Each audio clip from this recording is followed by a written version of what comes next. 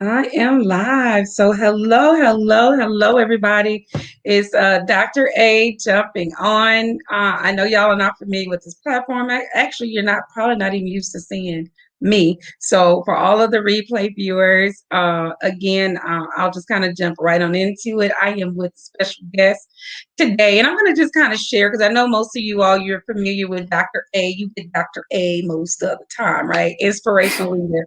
However, you oftentimes hear me say that I am also the founder and president of Excellence Incorporated, which we are a community leadership organization where we develop, empower, and we promote leaders, right?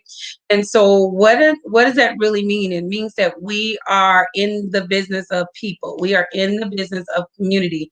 We are in the business of advocating. So I see there's a couple of people coming on. Y'all just say hello when you come on. And so tonight, what we're going to be talking about, I am partnering with ACLU of Tennessee. I'll let Claire tell you a little bit more about what it is ACLU. If you got to go somewhere, I want you to stay with us, please. This is a great conversation. But if you have to go somewhere, just dip out, come back. Okay, so we project the whole presentation going to be about an hour, but these are the conversations that we need to be having in our communities. These are the conversations that are affecting your loved ones. These are the conversations that are affecting injustices, inequalities. All of these things are things that we are dealing with. And so, hey, they say the best way to eat an elephant, right, is one bite at a time, one bite at a time. So I'm going to let Claire just jump on and just introduce and tell you about ACLU and why this is our second time actually doing a virtual event together. And so just tell you about who she is, tell you a little bit about ACLU and why we're partnering together with Excellence now for the second time. Thank you so much, Dr. A. My name is Claire Gardner. I'm the Senior Community Engagement Strategist for the ACLU of Tennessee. And like Dr. A said, this is our second time working with the Excellence team to have conversations about the issues that matter most across the state, but especially in rural counties. The ACLU is a nonprofit organization that works to uphold, defend, and advance the promises guaranteed in the Constitution. Our work encompasses everything from racial justice to free speech, to reproductive justice, to LGBTQ equality, religious freedom, voting rights, and more. And I had the great honor of working with Dr. A and Excellence this past November when we were talking about voter suppression, absentee voting, and the disparate impact of voter suppression laws on rural communities. One of the things that I'm working on right now is a project surrounding money bail, the money bail system, and particularly how money bail impacts rural communities. Because I had such a great experience working with Dr. A, I said, why don't we talk about what money bail looks like in Haywood County and have a conversation with the folks there about not just the information that I can provide about what the hard numbers look like and what some different storytellers that I've met across the state have shared about their experiences about the money bail system in rural communities in Tennessee, but also so that y'all can share with me what you know. It's very important for this, for me, for this to be a discussion and that I'm not just coming here to tell you, here are some statistics, here are some stories, but that y'all can tell me this is what my experience is. This is what it looks like to me in rural West Tennessee. So without further ado, I'd like to go ahead and just kind of give you a little bit of background on money bail. Okay, that's perfect. Now, right before you actually jump into that, Claire, Sure. you mentioned that you all have been successful in doing this in other counties. So I know Haywood County is kind of like, point of contact. Let's reach out to Dr. A. But other counties that you all have already had this conversation in, will you share with them other counties and just a little summary of what was the feedback that you actually received from those other counties? Sure. So this is actually the second part of a two-part project I've been working on in our backyards rural money bail project for 2 years. The first year I went to Obion County, Warren County, and to McMinn County to identify storytellers who are willing to talk on camera about what their experience with money bail had been. I spoke to people who had been incarcerated. I spoke to people whose family members had been incarcerated. I also spoke to court advocates, judges, public defenders. So I got to talk to a lot of people who represented different sides of the criminal justice system about their perspective on what money bail looked like in their neighborhoods and in their backyards. The second time around, this second phase of the project, I've expanded those community conversations beyond Obion, Warren, and McMinn to include Haywood County, Putnam County, and Greene County. And this is actually the final community conversation that we're hosting virtually. And I'm really excited to get feedback from y'all, because what I have found is that most people in the community conversations in those other 5 counties that I talked to seem to think of money bail as being just kind of something they hadn't thought about. They've seen the bail bondsman signs on, in the road, or close to their local courthouse, but they didn't realize until we kind of brought up those statistics just how impactful it was and how it had really inflated their local incarceration rates. And so Wow. I'd be very curious to see if y'all had that same feedback as well. Well, that's good. Well, one of the individuals who we're able to have that, I actually see her and we can definitely interact with her. She is actually, and I may send her the link here. That would be great. We could bring her on the screen at some point, but she's actually a bail bondsman here in Haywood County. So, so we may be able to, like you said, most people, they understand, they know about the bail bondsman side, but not necessarily the larger impact of the bail system. And so it'd be good if we can actually be able to get her on. So we'll see how that goes. So take it right away. I'm just here. We're going to interact. We're going to talk about it, you all. And again, these are the hard conversations. If we really want to address a lot of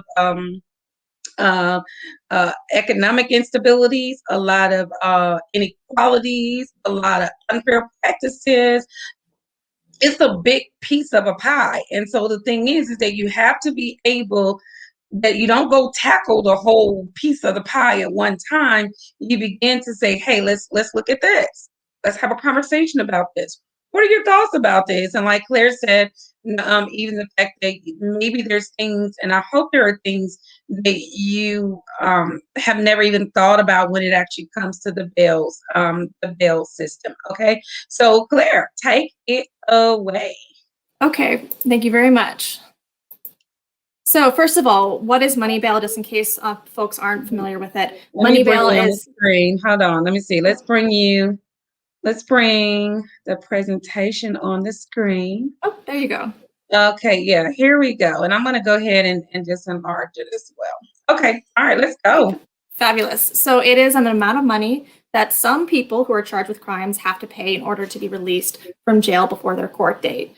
It's usually collected by a private bail bond company, and it's also something that something most people don't know is that it's not really used in a lot of criminal justice systems across the globe. It's only really used in the United States and the Philippines.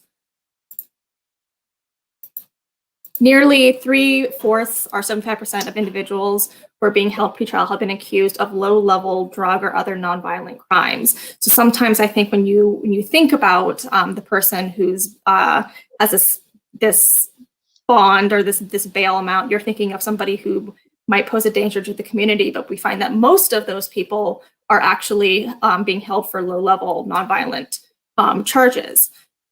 99% of the total jail growth in the last 15 years is actually from pretrial detention. So we see that a lot of the jail population that has grown over the past 2 decades is a pretrial growth.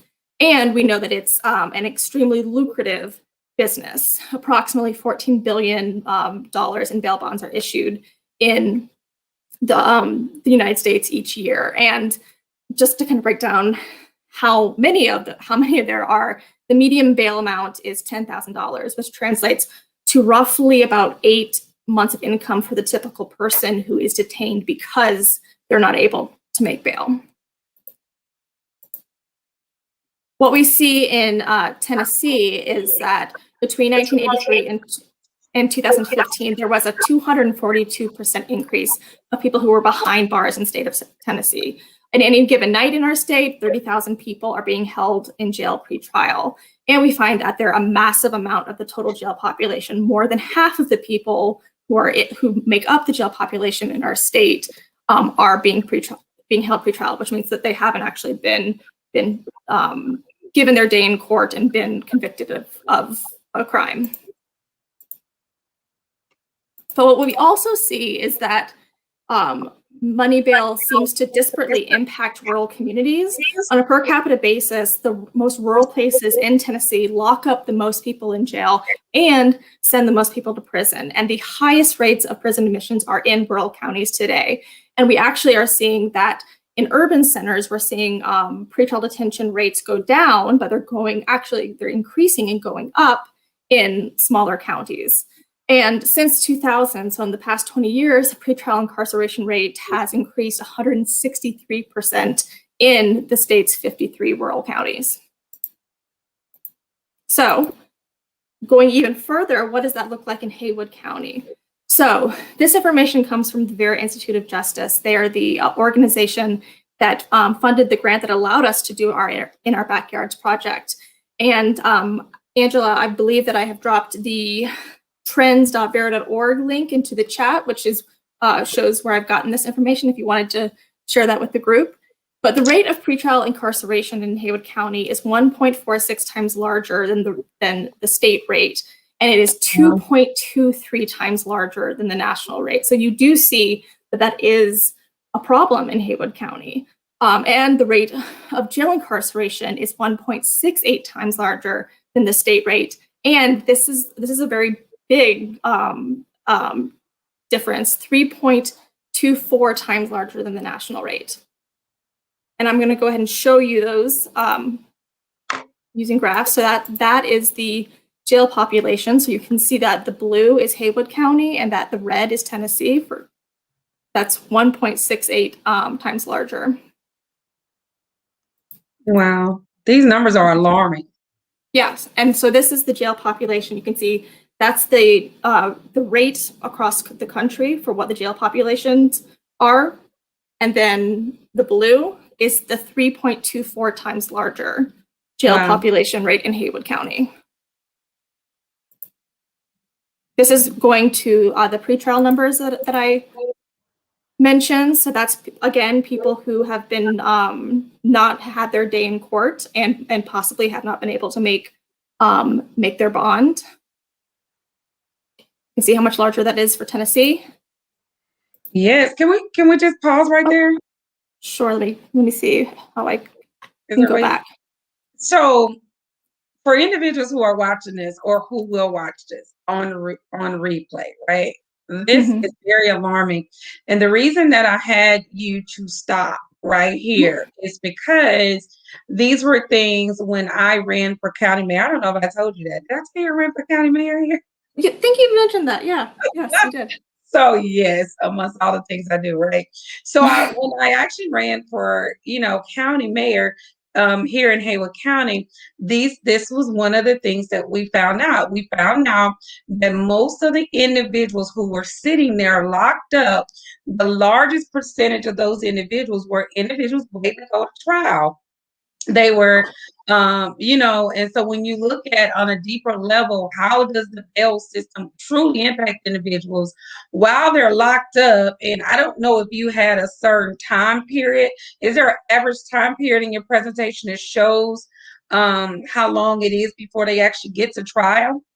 Do you have that data? I don't have that data. I don't have the data for Haywood County, unfortunately. Well, see, that data would be really, really good because let's just say on there, and I know individuals personally, right, that they have been locked up, they have been inside of in the jail system, anywhere up to on an average. I know personally, this is without any data, individuals that I know have actually been locked up some way, say a whole year. let's just say a whole year, you're waiting on trial, you're locked up, you're incarcerated, whereas that could be time where you could be working, that could be time where you could be getting you a lawyer, that could be time, for just other things that's going to allow you to actually have some kind of, I guess, what they say, a fight, you know what I'm saying? Hmm. To actually rectify. So just imagine an individual, and I'll say this as you move on. So just imagine an individual who alleged have committed a crime, and now they're locked up pre-trial, average of a year, and then they were not found guilty. The disruption of an individual's life because of what we're talking about today, that right there should be able to paint just a very clear picture of what happens to individuals who enter into the jail system on a you know what I'm saying, on a continual basis. Like that should be Hmm. able to, hey, break it down real quick into like ABC for individuals. So I just thought that was interesting. So these numbers are definitely alarming. And I just kind of made a note here when you said there's an actual 242% increase in individuals who cannot make bail. So just look at what we've experienced economically. Hmm. COVID, right?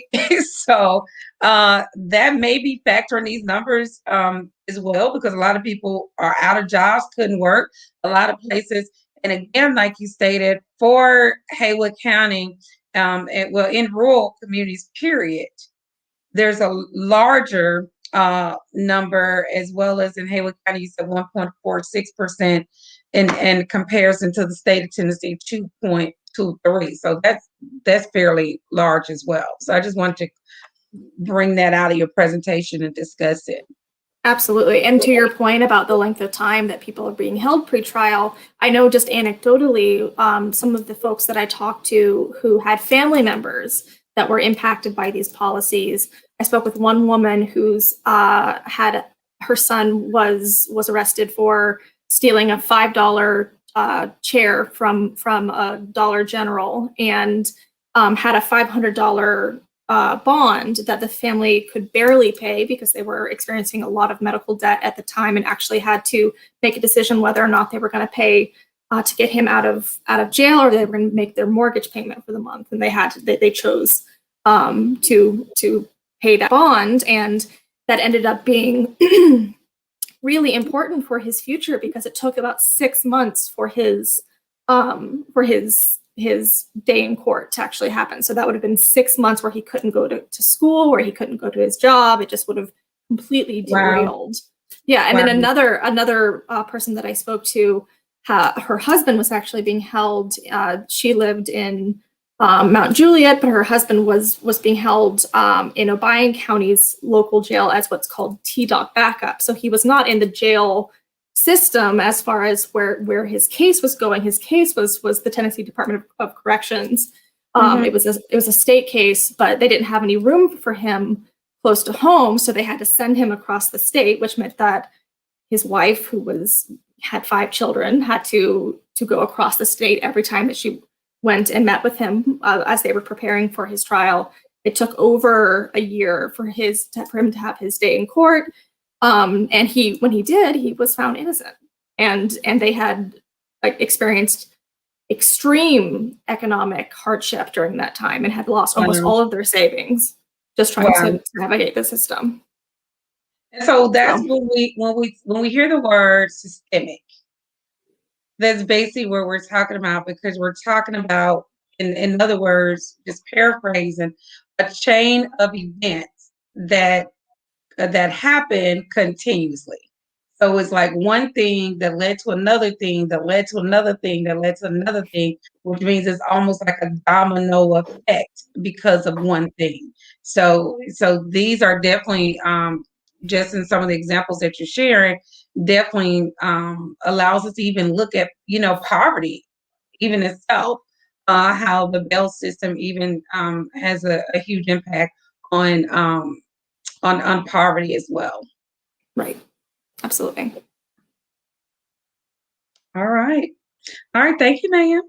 Okay. Well, I'll continue on. So the next slide that I wanted to share was actually, let me see if I can get it, a video that of an interview with two court advocates I spoke to from Obion County, Selena and Brandon, who were able to share with me, and this was a day that I spent in their local court system and watched people being arraigned and watched these court advocates working with folks and trying to see if there were alternatives to them being held pre-trial. And I asked them, what does cash bail in this incarceration system look like for the people that you work with? And so I wanted to go ahead and try to see if I can play this. So okay, let's see. We'll see.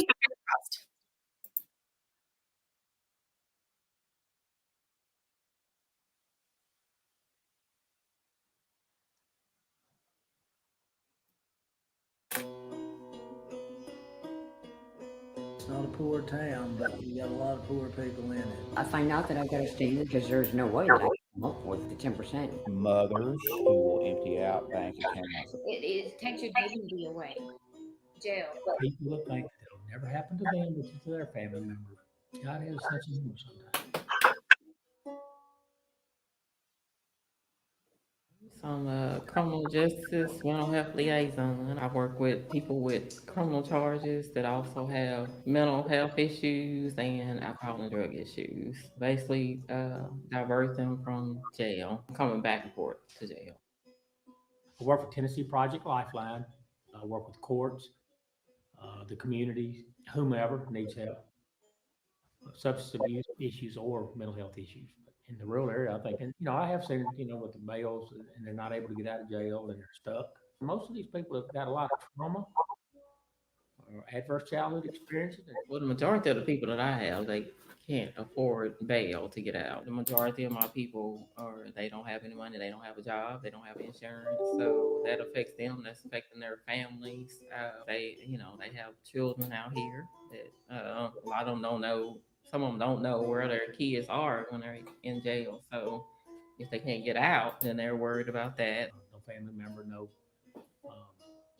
kind of help to be able to get out of jail. Basically, they want to get out. They want to, I want to get out. Is there a way you can turn the volume up? I want to get back to my children. I just want to get help. Why am I still here? So they get upset. Someone becomes suicidal. Someone, they're upset. It's mainly they just want to know why it's happening. Now, mainly what I run into, and is I spend a lot of time here in Obion County, but they work really, I guess, because it's a small community, they know everybody.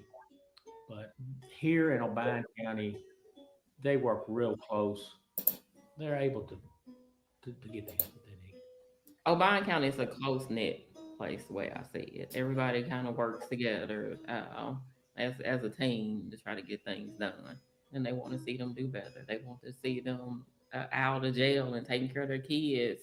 They try to get them help, not just throw them in jail and just, like they said, throw away the key. I don't see that here. And there's other counties that they just seem to be stuck in jail, and then the help is not offered as much. They sit in jail. They sit in jail, and I think fall through the cracks.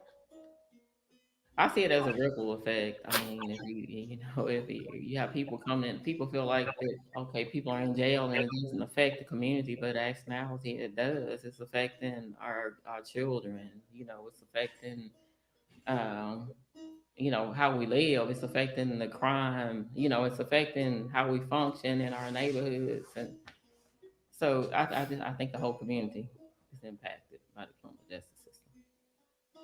The rural counties I deal with, mainly my people, I say my people that I deal with, the majority have no resources and no insurance to be able to get the kind of help. And then if I have to get them on a grant bed wait list or whatever, then they're going to sit in jail longer until I can get them a bed. Whereas if they had insurance, they'd be out this afternoon. The way I look at it, I look at the person first. I don't look at what they did. You don't. If you're looking at the crime, like if you're sitting in front of a person that murdered someone, that's what you're gonna see. So you won't be able to help that person. You need to see that person first. Get to know that person. When you start talking to that person and you know, and seeing what they've been through, seeing how the different things that have happened in their lives has affected them. When I'm talking to them, you forget what crime that they've done because I'm so into trying to help the person. So I think that would be more important. Otherwise, you're looking at the crime instead of the person. Like I said, a ripple effect. When you're not helping one, then it helps someone else in the community, and then someone else, and it just continues. So by just helping that one person, you might actually help the whole community. Is the way I see it. Everybody should have a chance.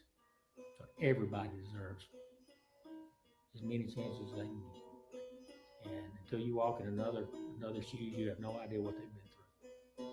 And I see a lot of it, when I come into these jails. Only difference between us is the wall that separates us.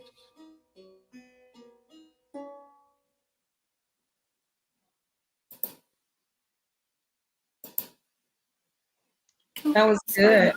Thank you. So after that, I wanted to follow up with a little bit of discussion and just kind of get a sense from you, Dr. A, or if there are folks that are listening across your channels, if people in Haywood County and that surrounding area, do you think that money bail is a problem for people who have low incomes? Do you think that incarceration is a problem? Are too many people in your community incarcerated?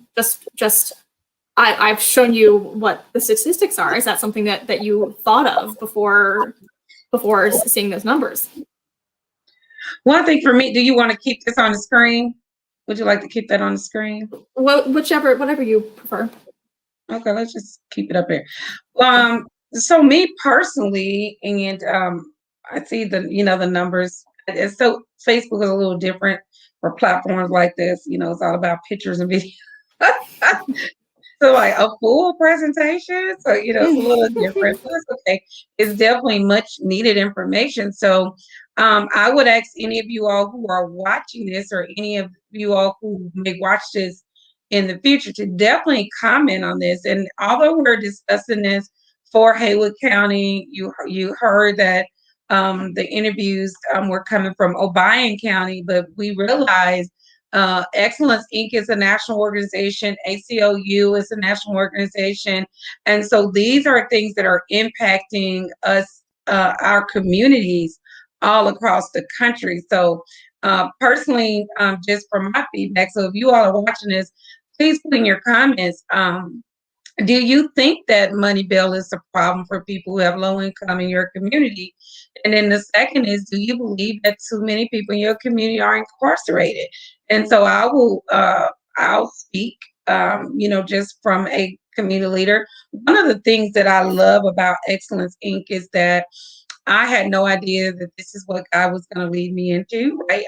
There I am in corporate America for close to 15, 16 years. And then all of a sudden I start Excellence, right? And so now for almost 13 years, I have just done grassroots work, right? Like grassroots, like just meeting with the people, talking with the people.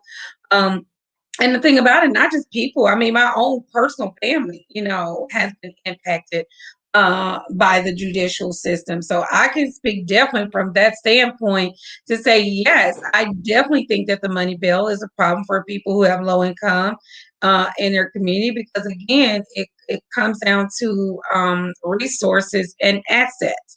So if you do not have the money that you can actually, put up for the bail, then that person remains there locked up, right? So when we think about that, and yes, you may see it as one person, but take that and multiply by 10.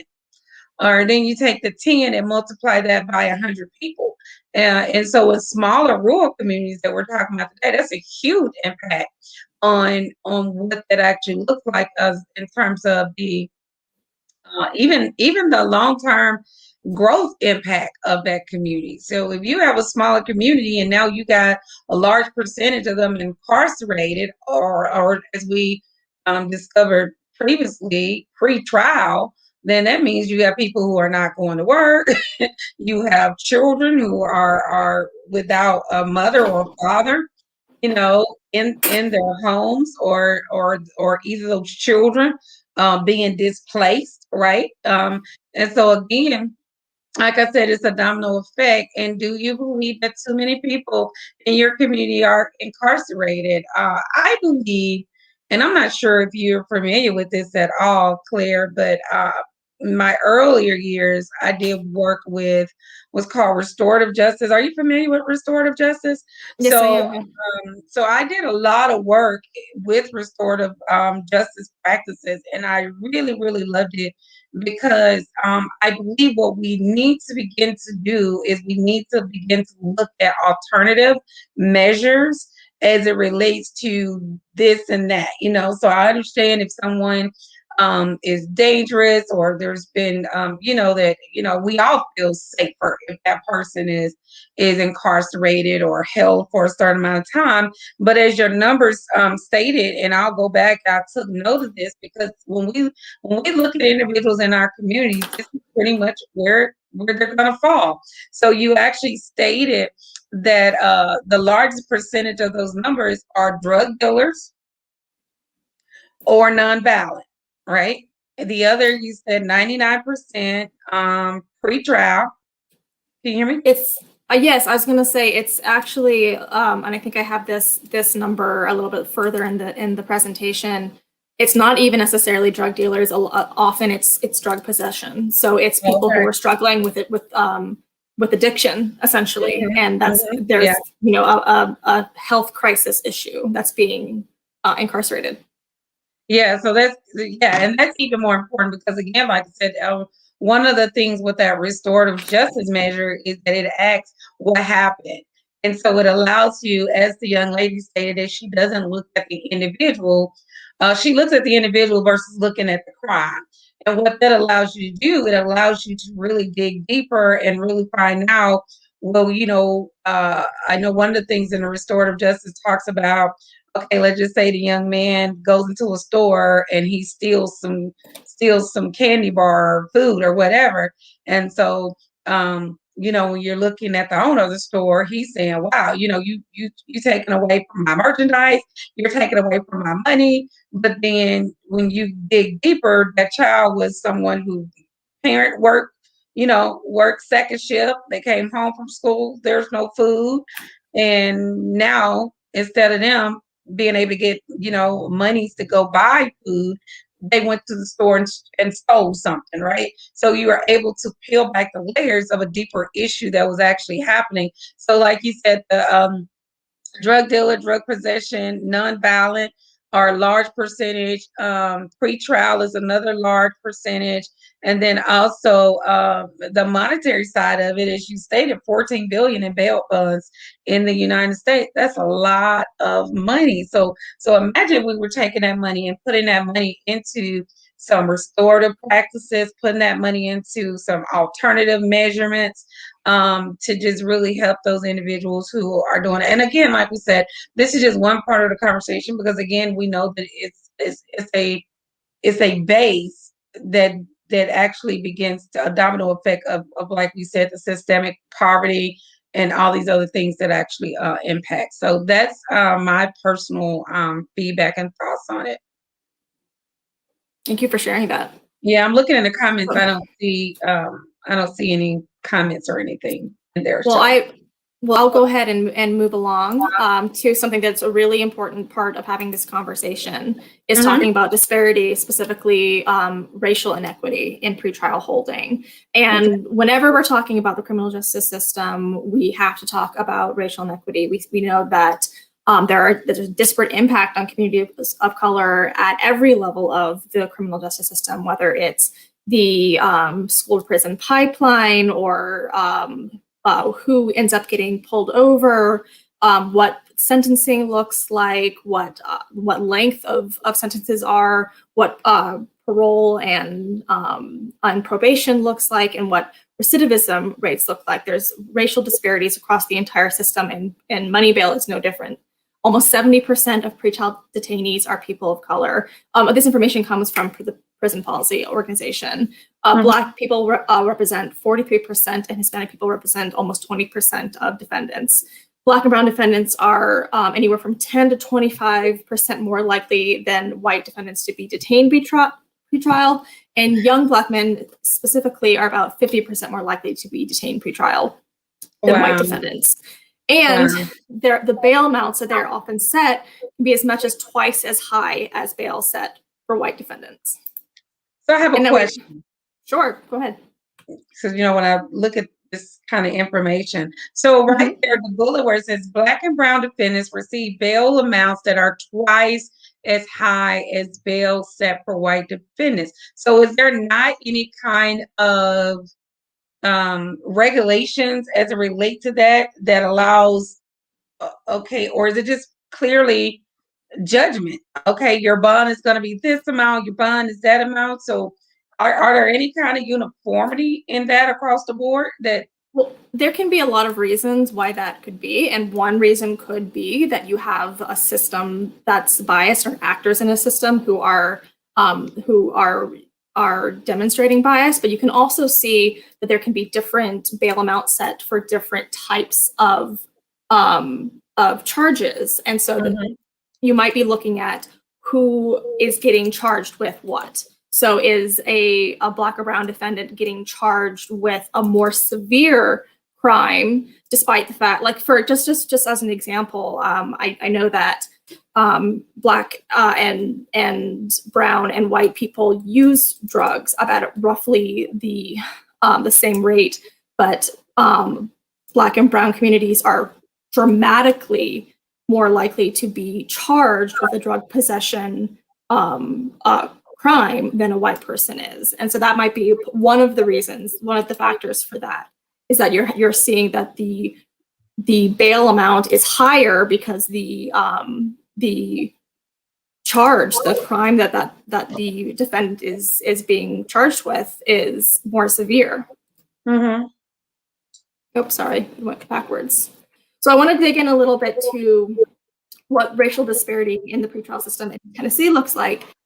Black people make up less than 20% of the state population, but make almost 40% of the jail population. So they're definitely overpopulated there. White people make up 75% of the jail population, but are underrepresented in the jail population. And that graphic that you see there is from the Vera Institute of Justice.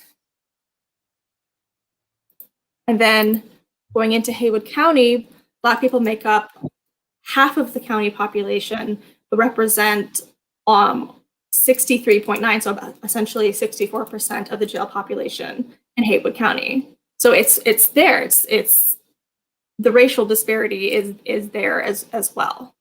Wow. So, and we were talking a little bit about this, about what the impact is of money bail and pretrial incarceration. We were talking about some of the people that I'd spoken to and some of the people that you'd known, and I wanted to kind of dig into that a little bit. So the money bail system has an impact both inside and outside the criminal justice system. And you spoke to that, Dr. Angela, a little bit earlier, that being held pretrial and not being able to get out for what could be as long as a year or more will obviously have massive negative impact with your employment, your financial stability. It can create family instability. A lot of the folks that I spoke to for this project talked about the number one concern about money bail for them was being afraid that DCS was going to come get their kids if they couldn't make their bond amount. But it also impacts their experience inside the criminal justice system. We know that people who are not able to make their bail and are held pretrial are more likely to receive severe sentences. They have increased rates of recidivism, and they're more likely to plead guilty when they're actually innocent. And I spoke with public defenders in, I believe it was Warren County, who said that in his experience, that was the most likely outcome about of how money bail impacted his clients, where if they couldn't make money, if they couldn't make their bond, and they were going to be looking at 6 months, 8 months, a year or more before their day in court, they wanted to move this up. They're more likely to try to plead guilty and just resolve their sentence, or maybe have time already served applied to their sentence if they went ahead and pled guilty when they finally got their day in court. Wow. I've seen that happen many times as well. Exactly. Yeah. There's also, it's not just an issue that impacts the individual person. Like Selena was saying in the video, it's a ripple effect. It impacts the community. One thing, there's no evidence, no empirical evidence to support the idea that money bail increases community safety. And it also has not improved failure to appear rates. So I think that one of the arguments that people make about the necessity of the money bail system is the idea that if you don't have it, that people will go home after being charged, and then they'll never show up for their day in court. But we have actually seen that that's not true. It does not improve those failure to appear rates. In the 60s and 70s, that rate was between 6 and 9%. In 2006, so when you started to see money bail being this massive part of our incarceration system, failure to appear rate had actually gone up. It was 22%. We also know that increased detention and the more people that a community, or especially a small community, has to house in local jails, increase public costs. And we've also seen that it has impact community. Like this past year, it can be a health crisis. We saw that there were massive rates of COVID-19 in local jails, and a lot of the people that were being susceptible to being exposed to COVID-19 were pre-trial. They were more likely to contract and possibly die from COVID-19, and they were being held pre-trial in these county jails because they couldn't afford to go home. So it's not just the one person. There's a ripple effect that impacts the entire community. Yeah, just jumping in real quick, where you said the bail system has not improved, failure to appear rates. So especially when we look back at 1960s and 70s, 6 to 9%. You go from that all the way to 2006, you're still at 22%. So again, I think that goes right back to that dollar amount where you stated 14 billion. It is, and I said, I think I said bail bond or cash cow. Anyway, one of them I said, right? Yeah. But it is really like a cash cow. Like it's an actual process. And again, when you even look at those numbers, you're looking at a very antiquated system. You're looking at a very antiquated thought process that is kind of like one of those things, even with this is a little off, but even when we look at the insurrection that happened at the Capitol, it's like when you don't address things because they're just antiquated, and they worked for a time period. They worked for years, but now you're dealing with a different level of people, a different level of thought processes. You have a lot of culture that impacted. And so a lot of these things have just not been addressed way back from historical times. And now you're using outdated, antiquated thought processes and systems and policies that are impacting people's lives in large ways now because no one wants to address it. So I truly commend ACLU, and I'm not sure the actual organization you said that actually funded the actual grant for this research, but it's definitely one that is needed. Yes, it's the Vera Institute of Justice. I think to your point about that antiquated system, a public defender from Obion County who I spoke with, so he worked with Selena and Brandon, who we heard from earlier, shared, that when you think about the money bail system, you think of kind of like bounty hunters, and you think about like the Wild West and these fugitives from the law that a bounty hunter has to go get and bring back. But that's not the reality anymore. Like you're saying, that's not actually what happens and what you're seeing. And he said that most of his clients are being charged with low-level drug possession charges.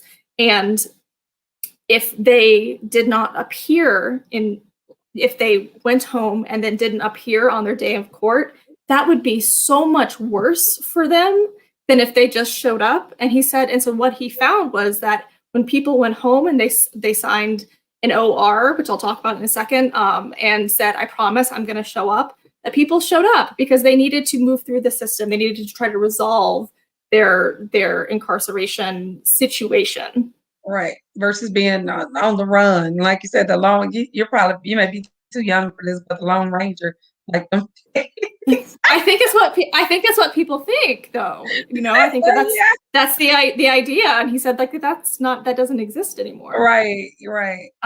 So I'd like to go ahead and move forward and share. This is a gentleman that I spoke to in McMinn County, Stephen, who was incarcerated and then following his incarceration is involved with the homelessness and addiction community in McMinn County and can speak a little bit to the different types of coexisting systems and criminalization policies that have such a big impact on communities like McMinn and like Haywood.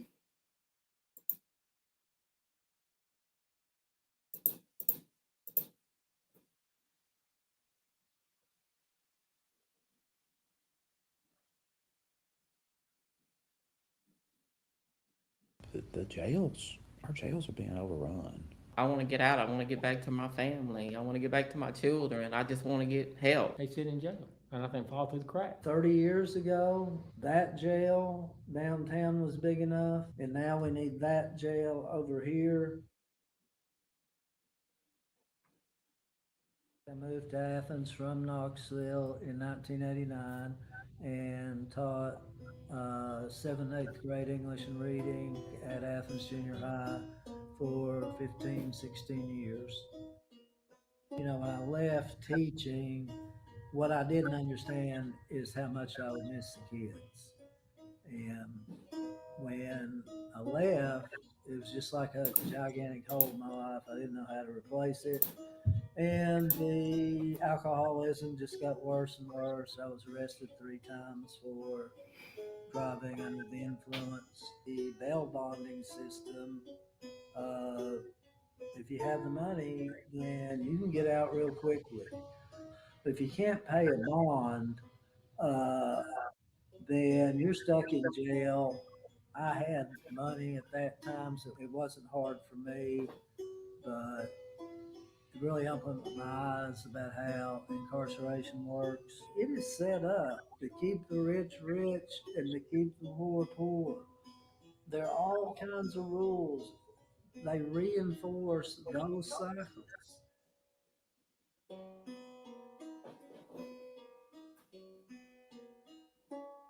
Of the 10 counties in the United States that have the highest rate of opioid addiction, 3 of those counties are in Tennessee. What you're seeing in Athens right now is a lot of the pain clinics have closed. Pills are harder to get.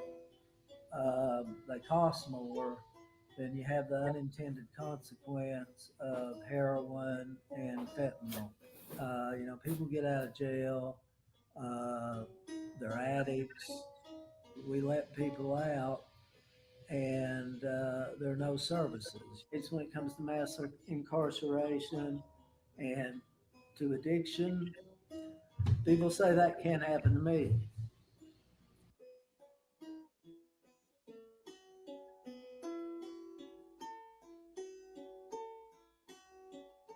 Athens has a very high rate of poverty. It's not a poor town, but you got a lot of poor people in it. Per capita, the homeless rate here is just as much as it is in Chattanooga or Knoxville. What has started happening is if you open up the paper and look at the list of people arrested, you're going to see a lot of criminal trespassing. But really all it means is that you are banned from that establishment and you return to it. People are incarcerated for criminal trespassing. Obviously, homeless people that don't have the money, so they're stuck. society has basically criminalized addiction. It's criminalized poverty to some degree. It's criminalized mental illness. When a society sets people like that up, where it doesn't offer a hand up, only a cycle of incarceration and homelessness, then we're throwing lives away. Lives have had a lot of value. My track coach used to say you learn a lot more by losing than winning. And I've learned more from being an addict in recovery than I learned from getting a master's degree. I've learned more from that than from anything else in my life. You know, I know from doing free lunches and being in 12-step meetings that a lot of people's lives who are being discarded, who face an uphill battle that most of them are not going to make, they have enormous value. Every one of them.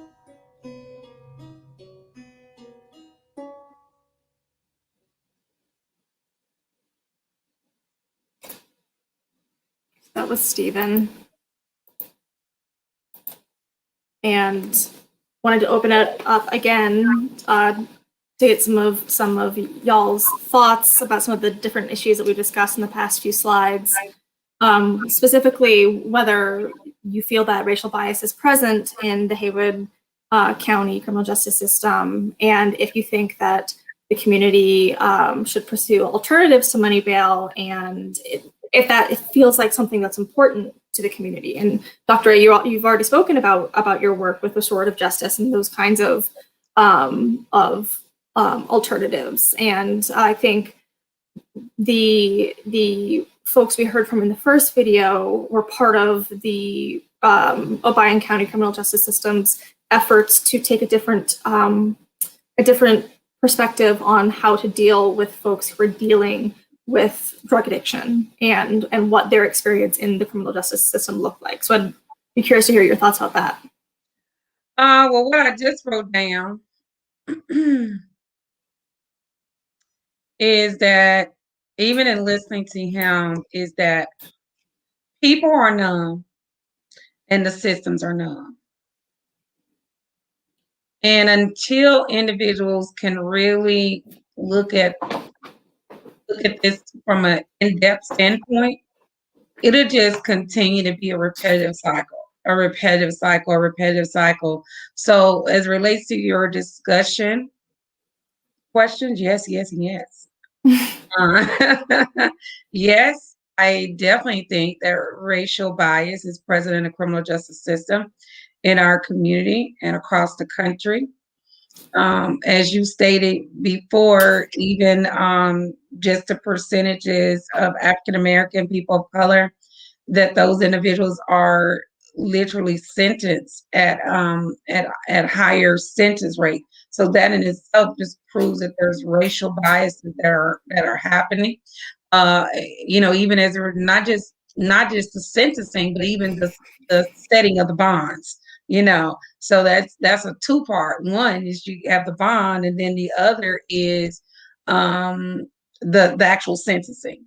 So we have those things that we are dealing with, and then just imagine when I say people are numb, because what I found is when I say people are numb, it's the fact that people just feel like nothing will change.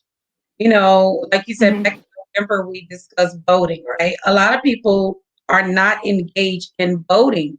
We had the biggest turnout in voting that we ever had historically here, but look at the amount of work and the level of engagement, the sensitivity of the candidates. It was so many issues that was on display, but a lot of people do not even feel encouraged, inspired to get engaged in the voting process, because it's just like, it won't work in my favor. So why waste time, right? So why try to tackle a criminal justice system dealing with racial biases, dealing with inequalities, dealing with unfair sentencing, dealing with unfair bail bondsmen, all, the bonding process. I think it's very overwhelming. When that's the reason to speak to, while I feel that people are numb, but then even individuals in the system who are numb, which again, as we stated, a lot of outdated, antiquated policies and thoughts from back in the day. And there's one thing I love about data, and there's one thing I love about receiving my doctorate in business is the fact that the numbers tell a story. You can have all these different perceptions and thoughts, but when you start running the numbers and getting the actual data, it tells a powerful story of what's going on behind people's perceptions of what is happening. And so I believe that if we would just allow the numbers to wake us up, then we would definitely have an opportunity,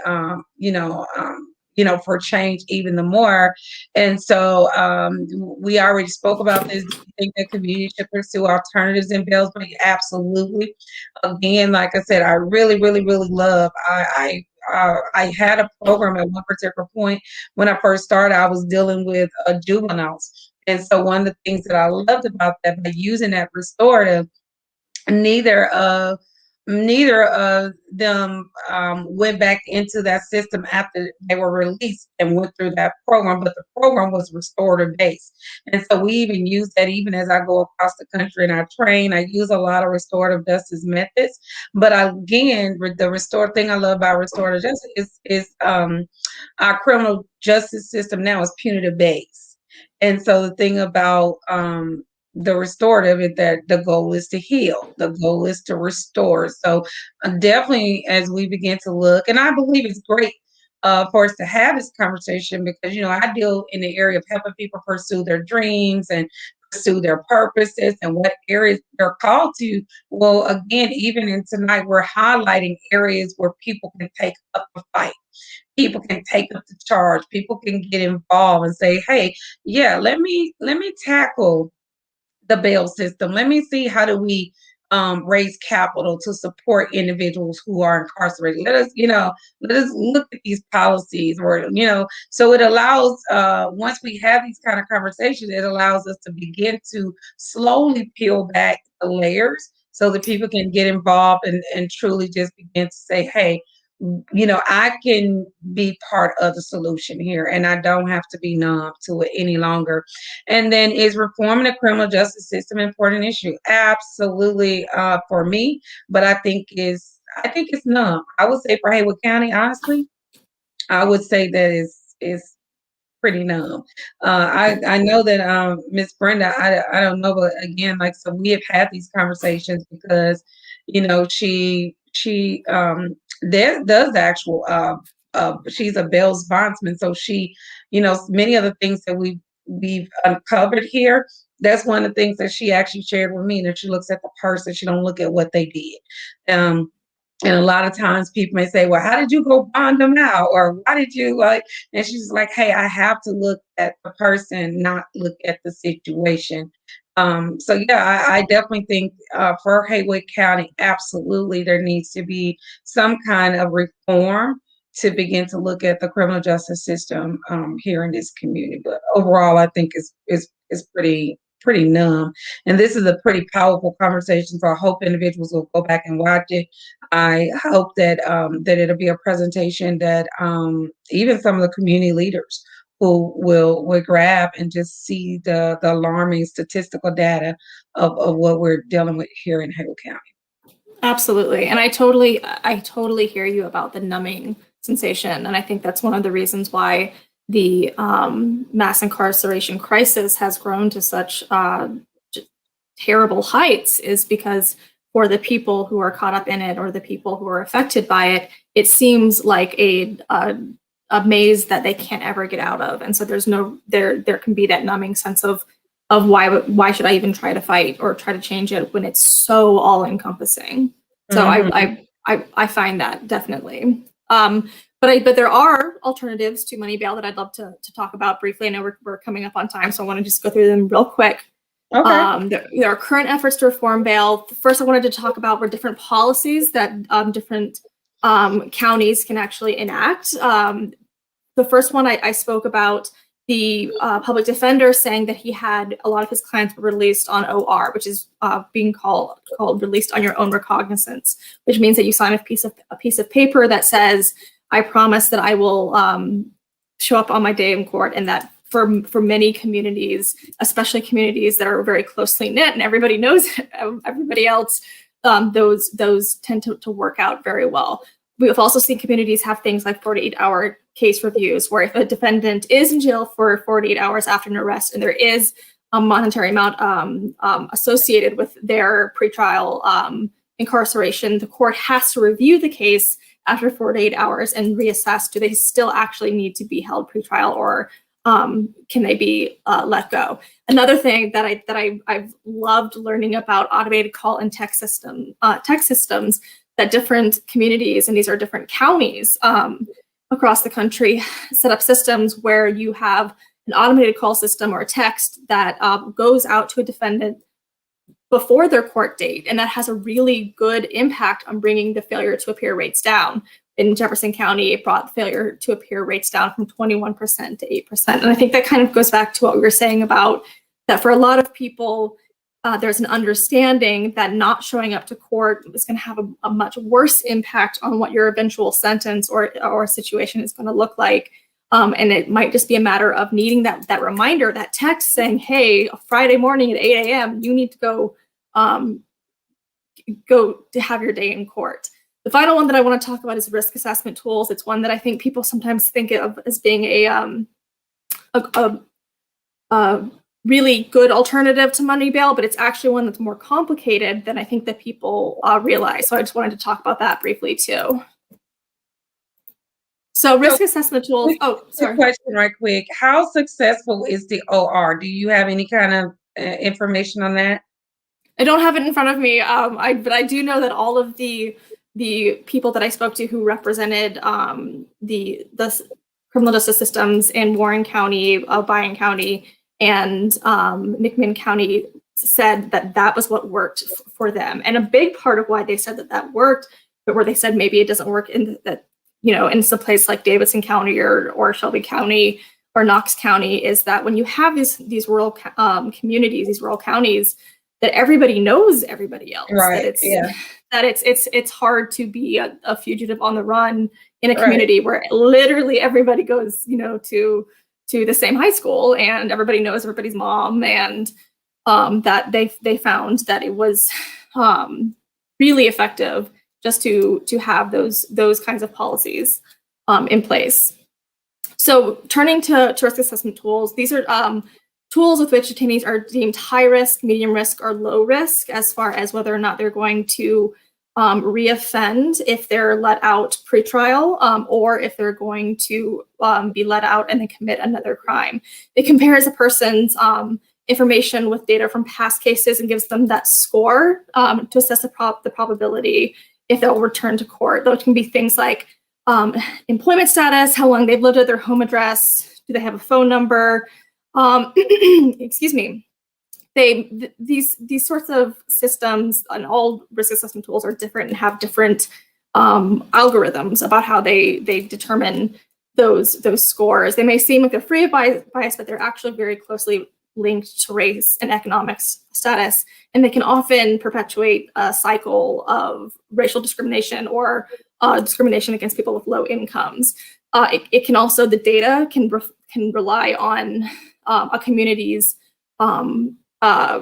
rates of over-policing, which we see are higher in communities of color. So you can actually have somebody who is deemed a high risk of being likely to get arrested if they're let out because they live in a neighborhood where, let's say, they're a Black man, and Black men have a high rate of getting pulled over and arrested, regardless of whether or not that has nothing to do with whether or not that person has a high, medium, or low risk of committing a crime, but they might live somewhere where there's a high risk of them getting arrested. Mm-hmm. So those kinds of risk assessment tools can reflect that over-policing and over-policing of people of color or over-policing of people with low incomes. Definitely. And so, in addition, I know I want to move through this just because I know that we're coming up on our time. In addition to those Just, kinds of it is over. this kind of policies, there's also legislative efforts to change the system and change the laws about how the bail system works in our state. One bill that we're working on right now is HB 420, and that would create a committee to review the cash bail system in Tennessee and look at different current laws, rules, and policies across different county systems, what the impact of cash bail has on people, and what other cash bail procedures are in other states. So, for example, the text and call system out of Colorado could be something that we look at here. So that's just one example of the bail reform that's being discussed. Finally, I think, Dr. A, that you can take this home, and if you wanted to just wrap us up, that's my last slide. Okay, all right. Okay. Well, one about that text system, and Miss Brenda, I do know that she said she often people who she have bonded out that she texts them and say, you got court today, or hey, you need to get to court. So I do, that was just interesting that you brought that up, because I know that that's something she's doing by herself. Yeah, that she just do on her own. Yeah. And that is have proven to be very effective for her with individuals that she has bonded out. I don't think she'll mind me saying that. Do you, Miss Brenda? If not, you talk to me about it. Okay, discussion, do you approve of the way bail bonds works in your community? Absolutely not. I think, I'm just a forward-thinking person. I believe that we should always aggressively and progressively should be looking at ways to make to improve processes and systems. So do I approve of it? I understand it's the only thing that exists at this moment, but that doesn't mean that I do not feel like it needs an area of improvement. So that's how I will address that. And do you believe that the use of the bail system in the local criminal justice system keeps your community safe?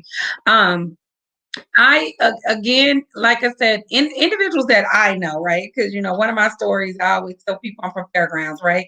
And so that's considered one of the more high crime areas in Haywood County, right?